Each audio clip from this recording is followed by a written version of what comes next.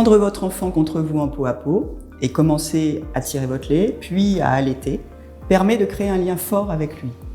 Cela contribue à réduire, peu à peu, les angoisses liées à cette naissance prématurée. La plupart des mères qui allaitent disent avoir l'impression de pouvoir faire quelque chose pour leur bébé. L'allaitement leur permet en quelque sorte de prolonger leur grossesse.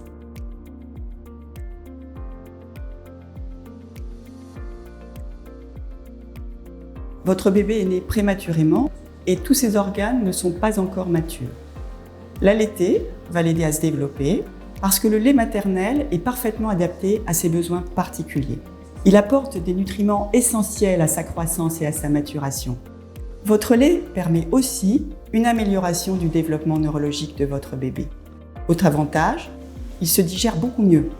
Ainsi, la perfusion intraveineuse qui apporte les compléments alimentaires dont votre bébé a besoin pourra être retirée plus vite.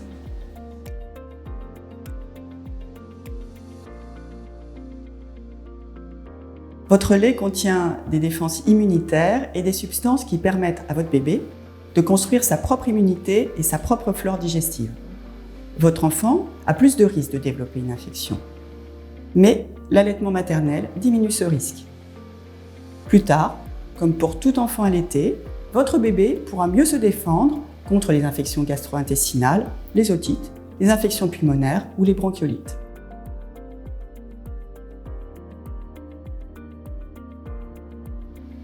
D'autres complications de la prématurité sont réduites grâce à l'allaitement. Par exemple, l'entérocolite ulcéro-nécrosante, une maladie digestive sévère du prématuré. L'apport de lait maternel diminue nettement sa survenue. D'autres complications pourraient aussi être limitées, comme les complications pulmonaires et ophtalmologiques. Les enfants allaités, avec le lait de leur mère après la sortie, ont aussi moins de risques d'être réhospitalisés.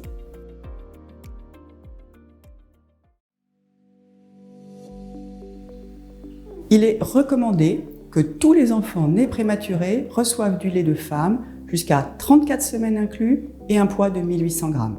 Si leur mère ne peut ou ne souhaite pas donner son lait, ou si elle n'a pas encore assez de lait, les enfants reçoivent le lait d'une femme qui a fait don de son lait au lactarium.